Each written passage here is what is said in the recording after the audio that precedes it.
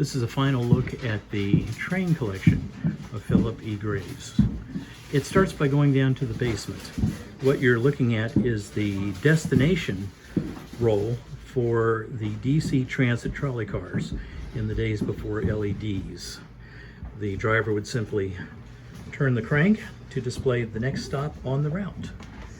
And this would be one of the trolley cars that had such a thing. And going down the stairs, we have an example of a American Flyer standard gauge set and various vintage and reproduction toy train artwork. This is the American Flyer set.